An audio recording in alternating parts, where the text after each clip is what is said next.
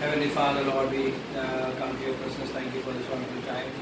Lord, teach us your word. प्रभु आपका वचन हम लोग को सिखाना, प्रभु आपका वचन से हम लोग को सीखने के लिए प्रभु आप हम लोग को कृपा देना। पवित्र आत्मा आप हम लोग को सहायता करेंगे विश्वास करते हुए में इन നമ്മൾ സഹായിക്കുന്ന ദൈവവചനം പഠിക്കുവാനും അതുപോലെ അറിഞ്ഞ് ആ വചനപ്രകാരം നമ്മുടെ ജീവിതത്തിൽ ഒരു മാനസാന്തരം ഉണ്ടാകുവാൻ ദൈവം നമ്മൾ സഹായിക്കുമല്ലോ।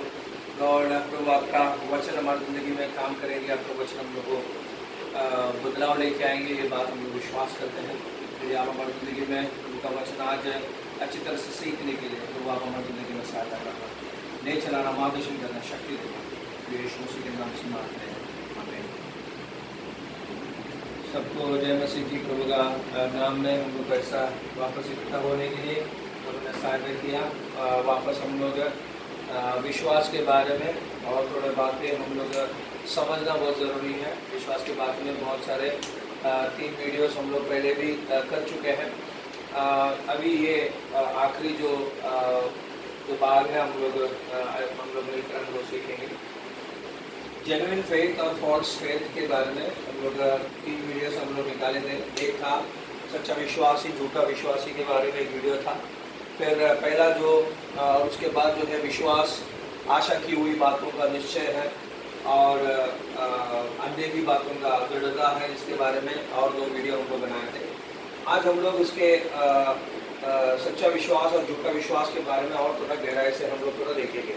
Late us see today genuine faith and false faith in a more detailed manner. So we had seen genuine faith is substance of things hoped for, आशा की हुई बातों का निश्चय।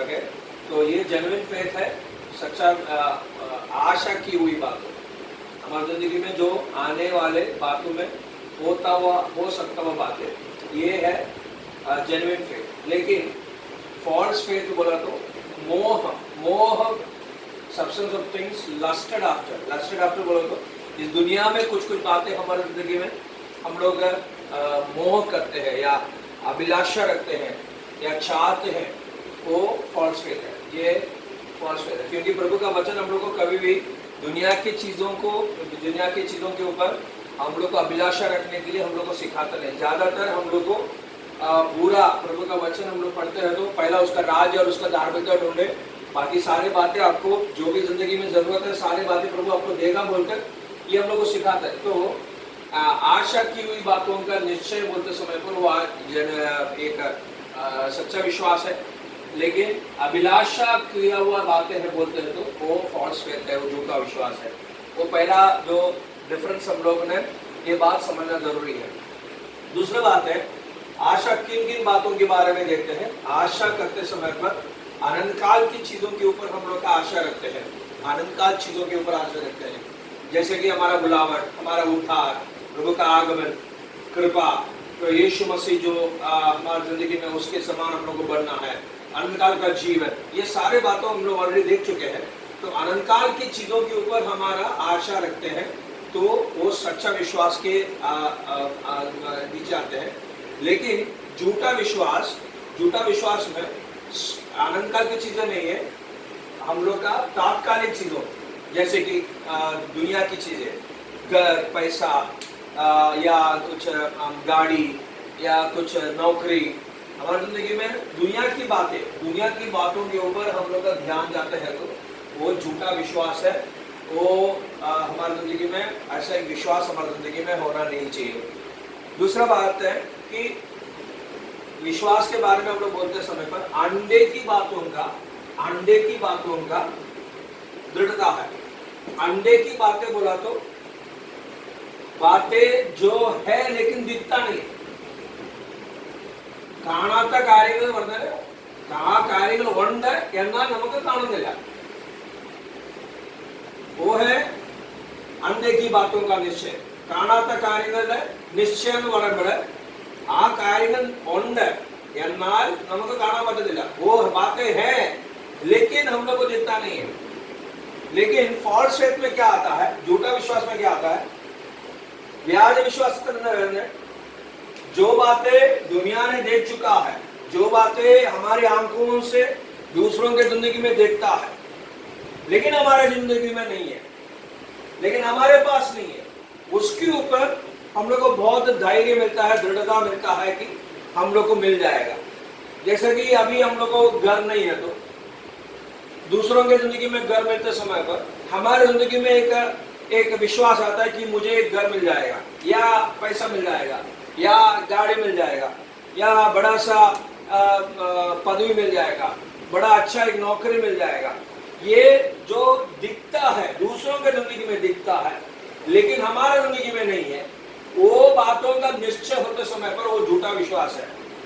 कारण प्रभु का वचन बोलता है सच्चा विश्वास जो है, जो दिखता नहीं है, अनदेखी बातें, लेकिन है नहीं। जैसे कि हम लोग प्रभु के बारे में हम लोग विश्वास करते हैं कि प्रभु है, ദൈവം ഉണ്ടെന്ന് നമ്മൾ വിശ്വസിക്കുന്നു। ओके, എന്നാൽ നമ്മൾ കാണുന്നില്ല, हम लोग देखता नहीं है। प्रभु है बोलकर हम लोग को पता है, लेकिन हम लोग देखा नहीं है। वो बातें सच्चा विश्वास के अधीन में आ जाता है। तो और एक बार हम लोग बोलेंगे, पहला सच्चा विश्वास जो है, आशा की हुई बातें। कौन सी बातों का आशा रखना है? अनंतकाल की चीजों की बातें। ആശിക്കുന്നതിന്റെ ഉറപ്പ്, ആശിക്കുന്നത് എന്ത് കാര്യങ്ങൾ ആശിക്കുന്നത്? നമ്മുടെ നിത്യകാര്യങ്ങൾ, നമ്മുടെ രക്ഷ, ദൈവത്തിന്റെ വരവ്, യേശുവിനെ പോലെ ആകുക, നിത്യജീവൻ, ഇതെല്ലാം നമുക്ക് ആശിക്കുന്ന വിഷയങ്ങളാണ്. അത് നിത്യമായിരിക്കുന്ന കാര്യങ്ങൾ. പിന്നെ രണ്ടാമത്തെ കാര്യം, കാണാത്ത കാര്യങ്ങൾ എന്നാൽ ഉണ്ട്, ഇല്ലാത്ത കാര്യങ്ങളല്ല. കാണാത്ത കാര്യങ്ങൾ ഉണ്ട്, നമുക്കറിയാം, हम लोग प्रभु है बोलकर है, हम लोग को समझते हैं, लेकिन नहीं देखता है। वो सच्चा विश्वास के अंदर आता है। झूठा विश्वास में मोह करता हुआ बातें, अभिलाषा करता हुआ बातें, दुनियादारी बातें, तात्कालिक बातें जो है वो झूठा विश्वास में आते हैं। दूसरा बात हम लोग जो देखते हैं, जो बातें दिखता है, दूसरों के जिंदगी में दिखता है, लेकिन हमारे जिंदगी में नहीं है, वो बातों का निश्चय होता है, तो वो झूठा विश्वास में आ जाता है। ओके, तो तीसरा पॉइंट ये है, सच्चा विश्वास और झूठा विश्वास में। ये सच्चा विश्वास में आपको आत्मिक से बढ़ने के लिए एक चाहत होंगे। You will have a longing to grow spiritually, and you will accept sound doctrine. अच्छा उपदेश मिलते समय पर, अच्छा करेक्शन मिलते समय पर आप उसको ले लेंगे। कारण सच्चा विश्वास है, इसलिए कैसे भी मुझे आत्मिक से बढ़ना है, എങ്ങനെയും ആത്മീയമായി വളരണം. അതുകൊണ്ട് ഉപദേശം കിട്ടുമ്പോൾ അല്ലെങ്കിൽ ഒരു കറക്ഷൻ കിട്ടുമ്പോൾ നമ്മളത് എടുക്കും. എന്നാൽ झूठा विश्वास में क्या होता है? झूठा विश्वास में उनको सिर्फ आशीष चाहिए, उनको उपदेश नहीं चाहिए। उपदेश उन लोग सुनते समय पर उन लोग उसमें ठोकर खाने का विषय हो जाता है। They will not endure sound doctrine. उनको हमेशा उनके कानों में खुजली लगता हुआ बातें, ये तो सुनने के लिए अच्छा लगता हुआ बातें सुनने के लिए उनको मन लगेंगे। तो सच्चा विश्वास में अच्छा उपदेश मिला तो भी उन लोग लेने के लिए तैयार है। झूठा विश्वास में कानों को खुजली देता हुआ नहीं है, तो अच्छा सुनने के लिए अच्छा लगता हुआ बात है, वो सुनने के लिए उनको अच्छा लगेंगे। उनको सिर्फ आशीष चाहिए, उनको उपदेश नहीं चाहिए, जिंदगी ठीक करने की बातें उनको जिंदगी में नहीं चाहिए। दूसरा एक चिन्ह है सच्चा विश्वास का कि उन लोग यीशु प्रभु को ढूंढेगा, यीशु मसीह को ढूंढेंगे। प्रभु का वचन ऐसा बोलता है, इब्रानिया 11:6 में ऐसे लिखा है कि जो कोई प्रभु के पास आते हैं विश्वास के साथ आना है और विश्वास करना है कि प्रभु है, और जो कोई भी प्रभु को दिलचस्पी होकर प्रभु को ढूंढते हैं उनको प्रभु प्रतिफल देंगे। He that comes to God must believe that he is, and he is the rewarder of those who diligently seek him, seek God. सच्चा विश्वास रखने वाले उन लोग प्रभु को ढूंढेंगे। They will seek God, always seek God. ശരിയായിട്ടുള്ള വിശ്വാസമുള്ളവര് അവരെ ദൈവത്തെ അന്വേഷിക്കും. ദൈവത്തെ അന്വേഷിക്കുന്നവർക്ക് പ്രതിഫലം കൊടുക്കുന്ന ഒരു ദൈവമാണെന്ന് വിശ്വസിച്ച് അവർ ദൈവത്തെ അന്വേഷിക്കും. എന്നാൽ വ്യാജ വിശ്വാസം, जो झूठा विश्वास जो है, उन लोग हमेशा क्या ढूंढेंगे? उन लोग चमत्कार ढूंढेंगे, उन लोग कुछ ज्ञान प्राप्त करने के लिए सोचेंगे. Those who are having false faith, they will look out for signs and wonders and they will want to gain some knowledge, some wisdom. तो जेन्युइन फेथ हमारी जिंदगी में होना बहुत जरूरी है. सच्चा विश्वास होना बहुत जरूरी है. झूठा विश्वास हमारी जिंदगी में है तो हमारी जिंदगी में बहुत तकलीफ हो जाएंगे. आज के दुनिया में ज्यादातर ये सच्चा विश्वास रखने वाले बहुत कम है. झूठा विश्वास रखने वाले बहुत सारे ज्यादा लोग मिलेंगे. तो ये बात हम लोग को समझना जरूरी है. सच्चा विश्वास और झूठा विश्वास, ये दोनों में फर्क आपको बराबर समझना जरूरी है. एक सबसे इंपॉर्टेंट बात है उसका रिजल्ट क्या है. जेन्युइन सच्चा विश्वास से उस पर रिजल्ट क्या होता है और झूठा विश्वास से क्या रिजल्ट होता है. सच्चा विश्वास में आपको प्रभु का शक्ति मिलता है, प्रभु का ज्ञान मिलता है और आपके जिंदगी में कपटता नहीं रहेगी. आपका विश्वास में कोई कपटता नहीं रहेगी. और कपटता नहीं है तो, विश्वास में कपटता नहीं है तो आपका प्रेम भी निष्कपट रहेंगे. So when you are having genuine faith, it will result in you having power of God, you having the wisdom of God, and it will lead you to have a faith that is not having any hypocrisy. It will be unfeigned faith. And the result of unfeigned faith is you will have unfeigned fruit. ये जो निर्व्याज विश्वास बोलो तो जो निष्कपट विश्वास के द्वारा आपके जिंदगी में निष्कपट प्रेम बोलो तो निष्कपट प्रभु की आत्मा का फल आपको मिल जाएंगे. लेकिन झूठा विश्वास से क्या होता है.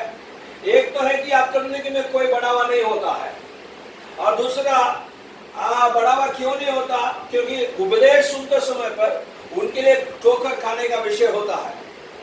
दूसरा बात, जब प्रभु का ज्ञान हम लोग को इधर मिलता है सच्चा विश्वास में, जब सच्ची बातें प्रभु का वचन की बातें उनको बोलते समय पर उनको बोलते हैं, उन लोग बोलते हैं अरे be practical, they are saying that be practical. उनको ये मूर्खता की बातें हैं.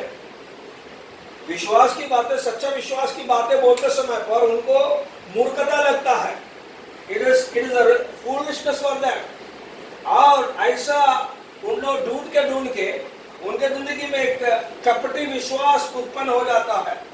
बोलो तो लोगों को दिखाते समय पर मैं विश्वासी हूँ बोलकर एक सोच, वे विश्वासी हूँ बोलकर दूसरों को दिखाता है. बोलो तो भक्ति का वेश रहता है लेकिन उसमें शक्ति नहीं है.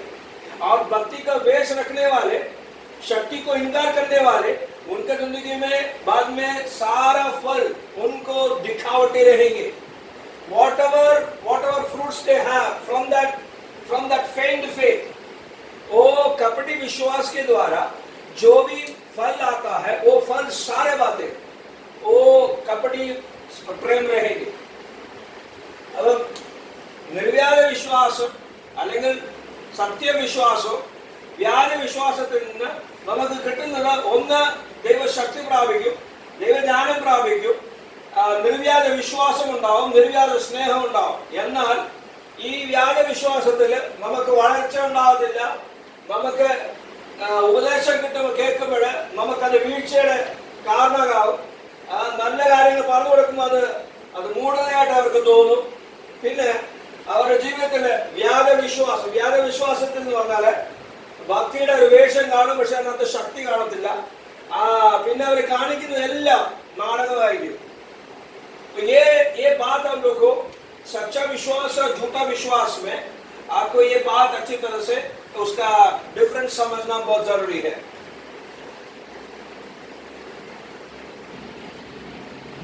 तो हमारा सच्चा विश्वास के बारे में और थोड़ा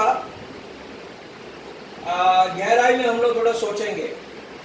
प्रभु ने हम लोग को अनंत काल के लिए ही बुलाया बोलकर ये बात हम लोग को प्रभु का वचन से हम लोग थोड़ा देखेंगे. पहले कि हम लोग को प्रभु ने कभी बुलाया, When did God choose us? प्रभु ने हम लोग को कभी चुना है. ये बात हम लोग को एफिसियंस में हम लोग पढ़ने के लिए मिलते हैं. एफिसी का उसका पहला अध्याय उसका 4वां वचन में हम लोग को पढ़ने के लिए मिलते हैं. Before the foundation of the world प्रभु ने हम लोग को चुना है. Before the foundation. Before the foundation of the world. दुनिया का स्थापन होने से पहले प्रभु ने हम लोग को चुना है। ലോകത്തിന്റെ സ്ഥാപനം ഉണ്ടാകുന്ന മുമ്പ് ദൈവം നമ്മളെ തിരഞ്ഞെടുത്തു। അതുകൊണ്ടാണ് ഈ ടൈം ലൈൻ ഞാൻ പറഞ്ഞത്। ഈ ടൈം ലൈൻ इसलिए है ना, तो before the foundation of the world in the beginning God created heavens and the earth. तो आकाश और पृथ्वी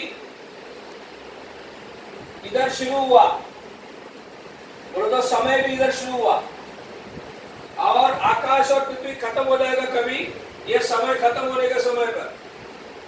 So this heavens and earth will get over here.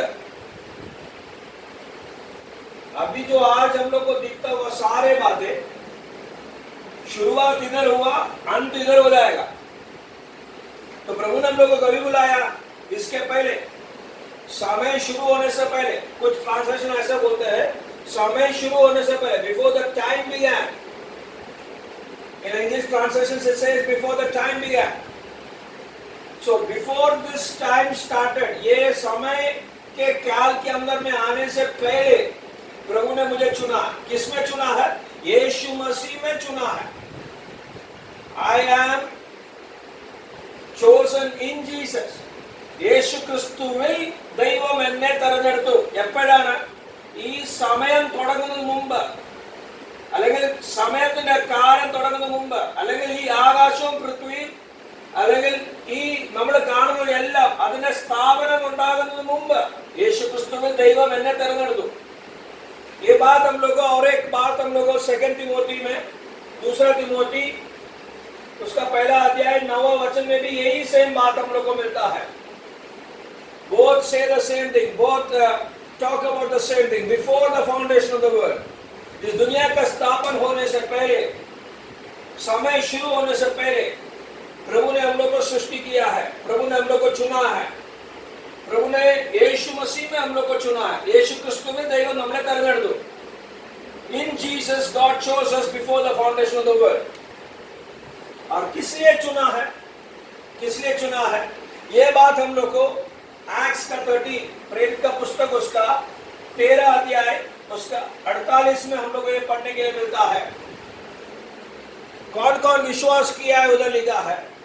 അവിടെ ഇരിക്കുന്ന ആരൊക്കെ വിശ്വസിച്ചെന്ന് അവിടെ എഴുതിയിട്ടുണ്ട്। Whoever believed on him, whoever believed, those who were ordained for eternal life, ordained for eternal life, अनंत काल के जीवन के लिए जो था, अनंत काल के जीवन के लिए जो नियुक्त था, उन लोगों ने प्रभु यीशु मसीह के ऊपर विश्वास किया। तो ordained for eternal life। दूसरा एक वचन हम लोग को ऐसा पढ़ने के लिए मिलता है, सबको परिचित होता वचन है, यूहन्ना 3:16। John chapter 3 verse 16। It says that God so loved the world that he gave his only begotten son, that whosoever believes on him should not perish but have everlasting life। जो कोई भी यीशु मसीह के ऊपर विश्वास करते हैं उनको अनंत काल तक जीवन पाए। യേശു ക്രിസ്തുവിൽ വിശ്വസിക്കുന്നവരെ നിത്യജീവൻ പ്രാപിക്കണം। അപ്പം നമ്മളെ തെരഞ്ഞെടുത്തത്, हम लोग को चुना है अनंत काल में, बोले तो समय शुरू करने से पहले, समय से पहले प्रभु ने हम लोग को चुना है। बोले तो अनंत काल में प्रभु ने हम लोग को चुना है। और किसके लिए चुना है? अनंत काल के जीवन के लिए चुना है। ദൈവം എപ്പോഴാണ് തെരഞ്ഞെടുത്തത്? നിത്യതയിലാണ് ദൈവം നമ്മളെ തെരഞ്ഞെടുത്തത്। എന്നാൽ സമയം തുടങ്ങുന്ന മുമ്പാണ് ദൈവം നമ്മളെ തെരഞ്ഞെടുത്തത്। Before the time began, God chose us in Jesus. And for what he has chosen us? For everlasting life, for eternal life। अनंत काल के जीवन के लिए प्रभु ने चुना है। नित्य जीवन വേണ്ടിയാണ് ദൈവം തെരഞ്ഞെടുത്തത്। അതെവിടാ? नित्य जीवन എവിടെന്നാ തുടങ്ങുന്നത്? इसके बाद, समय खत्म होने के बाद नित्य जीवन शुरू होता है। After the time ends, സമയം തീർന്നു കഴിഞ്ഞിട്ടാണ് നിത്യജീവൻ തുടങ്ങുന്നത്। Eternal life starts here। तो हमारा विश्वास कितना पक्का होना जरूरी है। हमारे विश्वास എത്ര സത്യമായി തീരണം। हमारा विश्वास ये अनंत काल के जीवन के लिए होना जरूरी है। നമ്മുടെ വിശ്വാസം മുഴുവൻ ഈ നിത്യ ജീവന് വേണ്ടി മാത്രമായിരിക്കണം। हमारा विश्वास पूरा ये अनंत काल के जीवन के लिए ही होना जरूरी है। ये बात प्रभु हम लोग को सिखाता है प्रभु के वचन में। तो पहला जो है, कभी प्रभु ने हम लोग को चुना है समय शुरू होने से पहले, दुनिया का स्थापना होने से पहले यीशु मसीह में प्रभु ने हम लोग को चुना है। और किसके लिए चुना है? अनंत काल के जीवन के लिए चुना है, जो समय खत्म होने के बाद शुरू होता है। नित्यता जो शुरू होता है, अनंत काल का जीवन जो शुरू होता है समय खत्म होने के बाद, बोलो तो ये कृपा का युग खत्म होने के बाद। ओके, इसलिए प्रभु का वचन ऐसा बोलता है, जो हमारी जिंदगी में जो क्लेश है, ट्रायल्स, क्लेश जो है നമ്മുടെ ജീവിതത്തിൽ വരുന്ന ക്ലേശങ്ങൾ അല്ലെങ്കിൽ നമ്മുടെ ജീവിതത്തിൽ വരുന്ന कष्टम, हमारी जिंदगी में जो आता हुआ सारे तकलीफ मुसीबत, वो जो ट्रायल्स होता है हमारी जिंदगी में विश्वास का परखा जाता है। The trials come for testing your faith। आपका विश्वास और मेरा विश्वास को परखने के लिए तकलीफ आता है। कैसा परखना? कि नित्य जीवन के लिए हमारा विश्वास है या हमारा ये तात्कालिक जीवन के लिए हमारा विश्वास है। ये पूरा नहीं है, ये पूरा नहीं है। अभी यीशु मसीह का पहला आगमन इधर था, उसका क्रूस का मृत्यु इधर था, और हम लोगों ने विश्वास किया इधर, और उधर से हमारा मृत्यु होने तक या यीशु मसीह का आगमन होने तक। बोलो तो हमारा विश्वास का परखा जाना, നമ്മുടെ വിശ്വാസത്തിന്റെ ശോധനകള് ഈ ചെറിയ ഒരു സമയത്തിന് വേണ്ടിയാണോ അതോ നിത്യജീവന് വേണ്ടിയാണോ നമ്മുടെ വിശ്വാസം? അത് ശോധന ചെയ്യുവാനാണ് നമ്മുടെ ജീവിതത്തിൽ കഷ്ടങ്ങൾ വരുന്നത്। हमारी जिंदगी में क्लेश इसलिए आता है, हमारा ये तात्कालिक छोटा सा थोड़ा समय के लिए जो समय है, उस समय के लिए जो हमारा विश्वास है, या हमारा नित्य जीवन अनंत काल के जीवन के लिए हमारा विश्वास है। ये बात हम लोग को समझने के लिए, ये बात को परखने के लिए प्रभु हमारा विश्वास को परखा देता है। हम लोग प्रभु का वचन में ऐसा पढ़ते हैं, पहला पत्रस का पहला अध्याय उसका 7वां वचन में, 1 Peter 1:7, पहला पत्रस पहला अध्याय 7वां वचन में, उधर trials of faith, okay, trials of faith के बारे में लिखा है, जो विश्वास परखा जाने के बारे में लिखा है। अंग्रेजी में ट्रांसलेशन में ऐसा लिखा है, मूल भाषा में ऐसा है, tested genuineness of your faith, tested genuineness of your faith.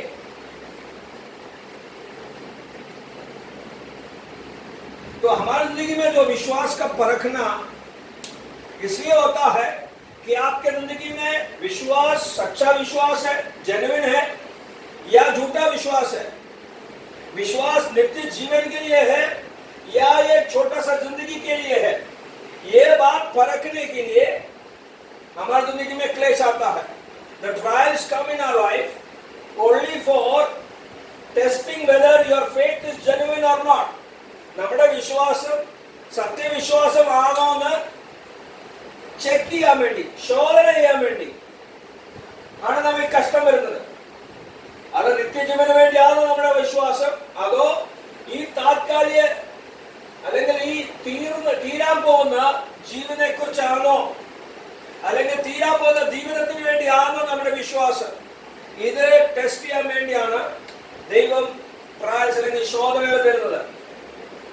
अब ये टेस्ट നടത്തി കഴിയുമ്പോൾ ये विश्वास टेस्ट होने के बाद, विश्वास परखने के बाद, उधर लिखा है पहला पत्रस में पहला अध्याय 7वां वचन में, जेन्युइन है तो, सच्चा विश्वास है तो प्रभु हम लोग को 3 बातों से प्रभु हम लोग को भर देता है।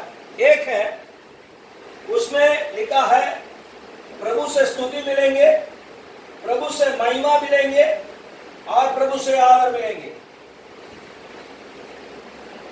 ഈ സത്യവിശ്വാസമാണെങ്കിൽ ശോധന ചെയ്ത് ये आग से शोधना जो होता है, the fiery trials, after checking the genuineness, if it is genuine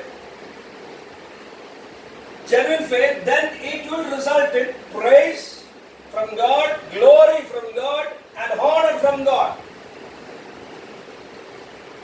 ദൈവത്തിൽ നിന്ന് പ്രാപിക്കുന്ന ഈ നമ്മുടെ സത്യവിശ്വാസം നമുക്കുള്ളതുകൊണ്ട് ദൈവം നമുക്ക് സ്തുതി, മഹത്വവും ആദരവും ദൈവം നമുക്ക് തരും. എപ്പോഴാണ് തരുന്നത്? കവിതയായി when will God give us? At the coming of the Lord. प्रभु का आगमन में प्रभु हम लोग को देगा. So it's very very important. हमारी जिंदगी में हमेशा ये सच्चा विश्वास होना है. हमारी जिंदगी में झूठा विश्वास नहीं होना चाहिए. ये बात पक्का है. झूठा विश्वास है तो हम लोग को प्रभु से स्तुति नहीं मिलेगा, महिमा नहीं मिलेगा, आदर नहीं मिलेगा. लेकिन सच्चा विश्वास है तो ये तीनों हम लोग को मिलेगा. ये मिलना चाहिए. तो हमारी जिंदगी में हमारा विश्वास को परखना, हमारे विश्वास को परखा देना, हमारी जिंदगी में क्लेश मुसीबत आने में हम लोग खुशी से रहना. ഈ ക്ലേശങ്ങളൊക്കെ വരുമ്പോഴാണ് നമ്മൾ സന്തോഷത്തോടെ ഇരിക്കണം. കാരണം അതാണ് നമ്മുടെ ജെനുവിനെസ് വെളിപ്പെടുന്നത്. നമ്മുടെ വിശ്വാസം എത്രയും സത്യവിശ്വാസമാണ്. हमारे जिंदगी में कितना विश्वास सच्चा है, हमारे क्लेशों में हम लोग को पता चलता है. इसलिए क्लेश आते समय पर हम लोग को प्रभु के सन्निधि में आनंद के साथ, खुशी के साथ हम लोग को रहना बहुत जरूरी है. इसलिए ये बाइबल स्टडी में एक बात हम लोग को बहुत स्पष्ट रीति से एक बात समझते हैं. हमारा विश्वास पक्का होना जरूरी है. और पक्का होने से प्रभु से स्तुति, महिमा और आदर प्रभु हम लोग को देता है. हालेलुया. और ये परखना कभी होता है? परखना कैसा होता है? आग से होता है. It is only through fire. Fiery trials. आग जैसा क्लेशों से गुजरते समय पर हमारा विश्वास पक्का है कि नहीं है, नित्य जीवन के लिए ही हमारा विश्वास है बोलकर चेक करने के लिए, परखने के लिए आग जैसा क्लेश हमारी जिंदगी में आने से ही मालूम पड़ता है. इसलिए प्रभु हम लोग को हर एक को सहायता करें.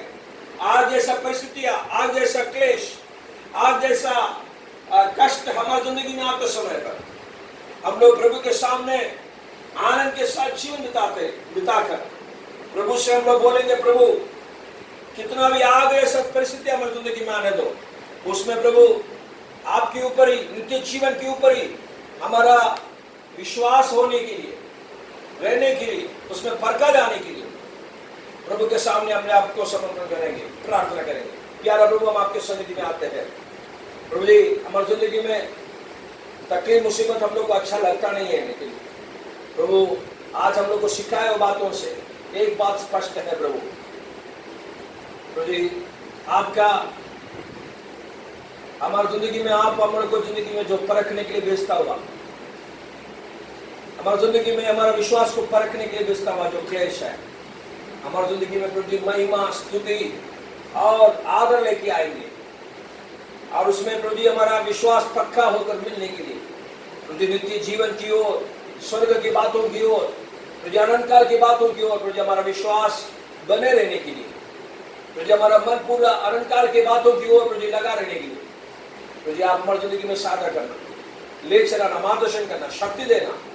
प्रभु जी सभी भाई बहनों को, सभी बच्चों को, सभी प्रभु जी मेरा आवाज सुनता हुआ हर एक भाई बहनों को, हर एक व्यक्तियों को प्रभु जी बात स्पष्ट तरीके से समझकर प्रभु जी नित्य जीवन के लिए तैयार होने के लिए प्रभु जी आप हम लोग को हर एक को साथ देना. आपका आगमन बहुत नजदीक आ चुका है. ये बात हमारे जिंदगी में समझते हैं. हमारे प्रभु जी आजू बाजू में होता बातों से प्रभु जी वो बात स्पष्ट होता है. प्रभु जी आपका आगमन बहुत नजदीक आ चुका है. लेकिन प्रभु जी हमारा नित्यता के लिए, हमारा नित्य जीवन के लिए अपने आप को तैयार करने के लिए प्रभु आप हमारी जिंदगी में साझा करना, ले चलाना, मार्गदर्शन करना, शक्ति देना, कृपा देना. सारी महिमा आदर प्रभु आपको देते हैं. यीशु मसीह के नाम से मांगते हैं, आमीन. प्रभु आपको सबको आशीष करे. वापस हम लोग प्रभु का वचन के साथ हम लोग वापस हम लोग आएंगे। ऑनलाइन और भी बातें प्रभु हम लोग को जैसा हम लोग को सिखाते हैं, आगे हम लोग को प्रभु सिखाने के लिए पवित्र आत्मा प्रभु मदद करे। प्रभु आपको सबको प्रभु आपके साथ रहे, आपको सुरक्षित रखे। प्रभु सबको जय मसीह की। प्रभु को धन्यवाद।